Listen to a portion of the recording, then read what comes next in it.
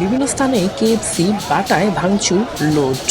গাজায় গণহত্যার প্রতিবাদ এবং ফিলিস্তিনের মানুষের প্রতি সংহতি জানিয়ে বের হওয়া বিক্ষোভ মিছিল থেকে দেশের কয়েকটি জেলায় ব্যবসা প্রতিষ্ঠানে হামলার ঘটনা ঘটেছে। ইসরায়েলি পণ্য রাখা বা ইসরায়েলকে সমর্থন দেওয়ার অভিযোগে এসব প্রতিষ্ঠানে হামলা চালানো হয়। চেইন খাবারের দোকান কেএফসি, পিৎজা হাট ও বহুজাতিক প্রতিষ্ঠান বাটার শোরুমে হামলা হয়েছে বিভিন্ন স্থানে। কোমল পানীয় কোকা-কোলা, 7 আপ রাখায় দেশীয় প্রতিষ্ঠান হামলার শিকার হয়েছে বলে তথ্য পাওয়া গেছে।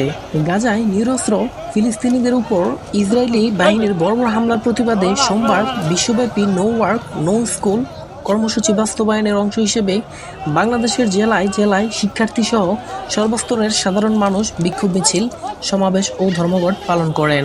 রাতে কুমিল্লা নগরীর রানীর বাজারে কেএফসি রেস্টুরেন্টে হামলা চালায় দুর্বৃত্তরা। পরিস্থিতি নিয়ন্ত্রণে আনতে সেনাবাহিনী মোতায়েন করা হয়েছে। সারা দেশে ব্যবসা প্রতিষ্ঠানে ভাঙচুরের ঘটনায় জড়িতদের গ্রেপ্তারের নির্দেশ আইজিপির।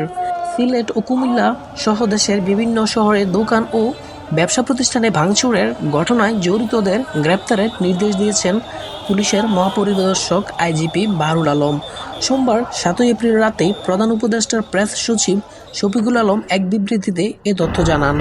পুলিশের মহাপরিদর্শক বলেন, আমাদের কাছে তথ্য রয়েছে কারা হামলা চালিয়েছে এবং ভিডিও ফুটেজ আছে, তাদের শনাক্ত করা হচ্ছে এবং অবিলম্বে তাদের গ্রেপ্তার করা হবে। পুলিশের একটি টিম বর্তমানে এ বিষয়ে কাজ করেছে।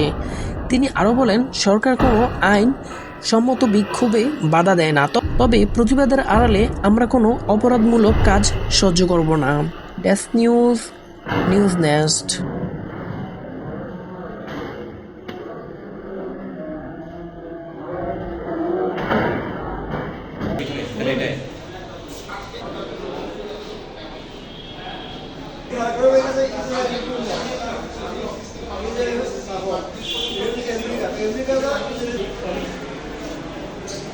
No.